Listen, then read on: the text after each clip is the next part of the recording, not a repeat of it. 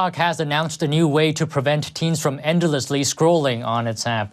The social media platform says in the coming months, accounts for users under 18 years of age will default to a 1-hour screen time limit.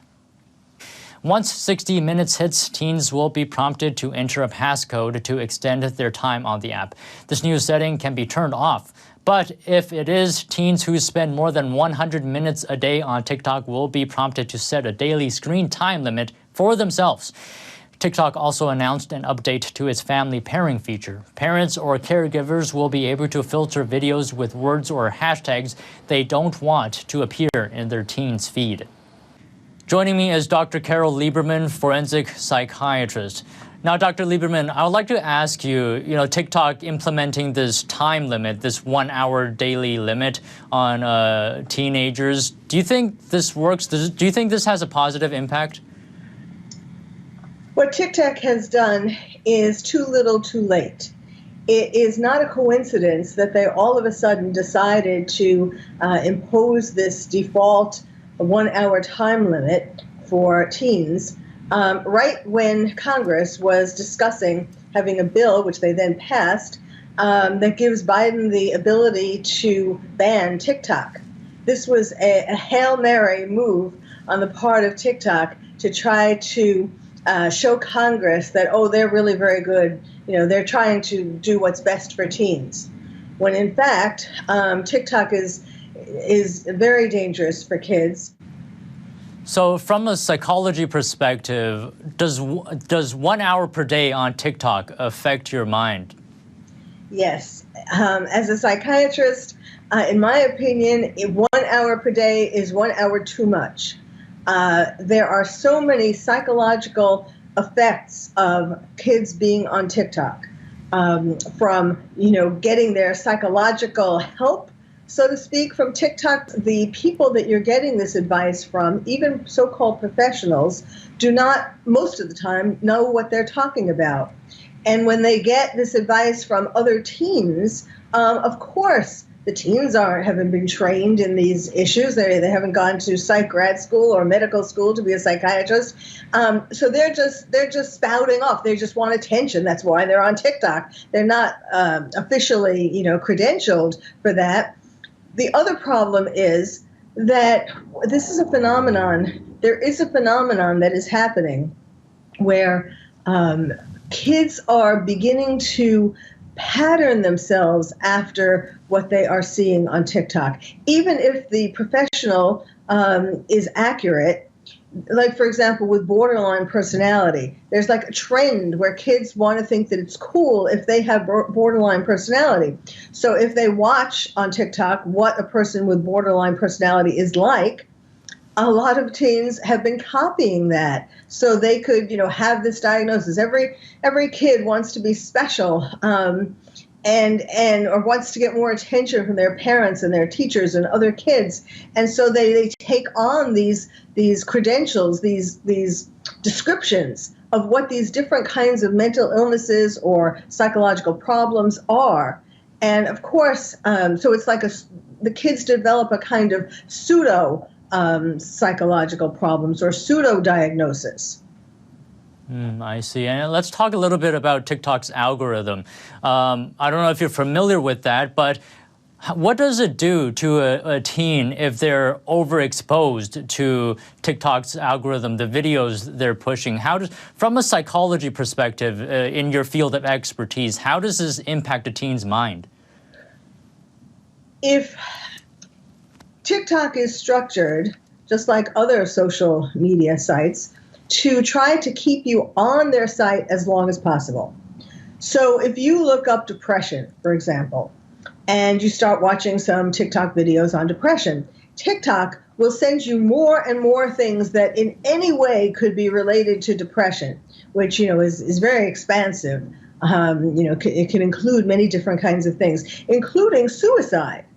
And if you have a child who is trying to get their information about depression and suicide from TikTok, that is extremely dangerous. They should be telling you that they have these suicidal ideas, not TikTok or not a friend on TikTok.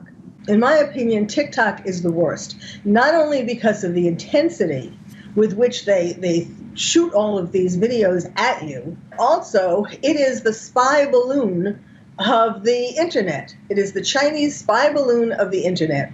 Not only are these kids being damaged in many different ways, but all of their information is being stolen by and sent to the Communist Party. Now, let me ask you this. There's an argument that what you watch doesn't affect your psychology. You know, a while ago, there was talk whether playing video games actually lead to violence in the real world. So I want your comments on this argument. Well, interesting that you bring up violence in video games. I was the chair of the National Coalition on TV Violence for a number of years, and I testified before Congress several times, and I have done all kinds of interviews and writings about the impact of media violence, including especially video games. And there is no question that watching video games, playing video games that are violent, the more hours that you play of this violent video games, the more aggressive you become. Now, not every child will become a serial killer, but we have seen a rise in aggression in our society ever since since COVID, since the pandemic, when people were in lockdown and they had many more hours to play video games, to go on the internet. And so we have a phenomenon called bedroom terrorists, which means that all of these hours that they have been soaking in and actually participating in violent video games, that has accumulated in them, the aggression has accumulated in them, and now that the lockdown is over, we are seeing the result of this. We're seeing more mass shooters, whether it's school shooters or just shooters in grocery stores or whatever. It's because they have built up all of this aggression on airplanes, car parks, domestic violence. All these different aspects of violence have increased since the pandemic. I mean, Dr. Lieberman, what do you do as a parent? You know, if your child is telling you, all my friends are using TikTok, why won't you let me use it? I mean, what do you do in that scenario? Parents have to be more vigilant than ever these days. Not only can't they just let their kids play in the yard and not watch them at all, but they, in the same sense, they have to watch them on the internet. The main way of solving the problem is giving kids things to do in the real world, giving them books, taking them to the library, reading books with them, giving them hobbies, giving them lessons after school, music lessons, sports, having them join a team, all kinds of activities that kids can do, even just arranging play dates, so that you have another 1 or 2 kids at your house, and so that they can do something fun, not spend that time together on the internet. I mean, there's a strong inclination with teens to be just like your friends. If your friends are using TikTok, they want to use TikTok. How do you argue against that?